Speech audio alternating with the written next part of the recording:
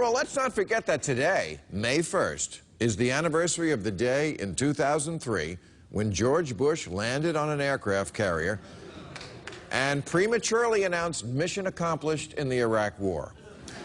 And somehow, possibly because Obama's a ninja warrior, today, May 1st, is also the day in 2011 when he actually accomplished the mission by ordering SEAL Team 6 to kill bin Laden. So I say, let's make May 1st a holiday and call it National Do This, Not That Day. Or as they used to say on Romper Room, be a Mr. Do Be, not a Mr. Don't Be. Now, how many of you boys and girls remember Romper Room? For you millennials, Romper Room was this show they used to have on for preschoolers to bore you into taking a nap in the days before Ritalin. And two of the recurring characters on it were Mr. Doobie, who was always doing everything right, and Mr. Don't Be, who was a huge fuck-up. And I credit Romper Room with making me a person who always wanted to do everything right, which is why to this day people refer to me as Mr. Doobie.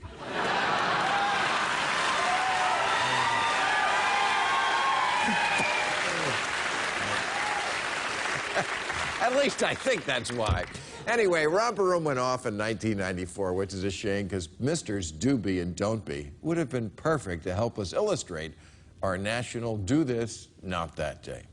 For example, after an attack on America, Mr. Don't Be panics and invades the wrong country. Mr. Doobie focuses on the real attacker and shoots him in the face.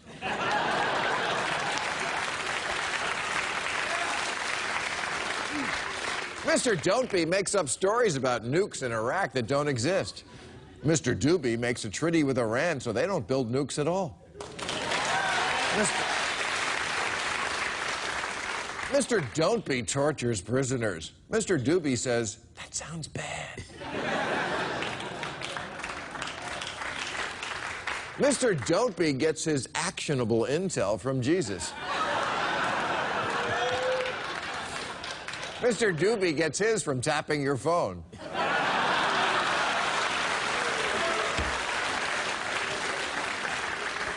Mr. Doobie's best foreign policy move brings our casualty rate down by over 60%. Mr. Don't Be's best foreign policy move was dodging a shoe. Well, you get the idea. I don't mean to make it sound all black and white, but you know, we were baited into an unnecessary war that cost thousands of lives and trillions of dollars. And what did it really get us besides an Oscar nomination for Bradley Cooper? Islamic extremists run places where they never even existed before. And ISIS was created. ISIS, who's now trying to do the same thing to us, bait us. They say shit in your pants, and we say how much. We've learned nothing.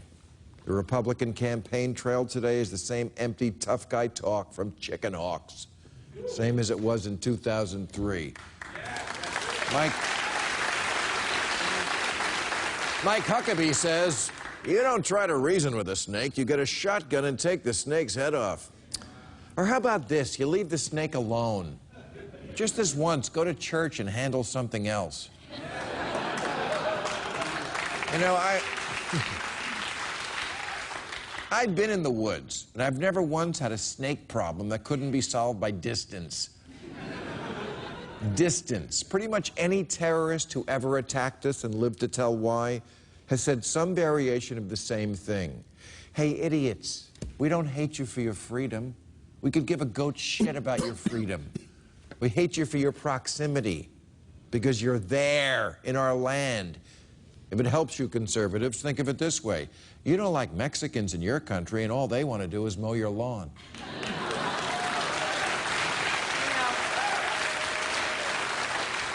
The old plan of let them hate us so long as they fear isn't working. Let's try absence makes the heart grow fonder. President Obama once said, we need to do more than end a war. We need to end the mindset that got us into war. Yes.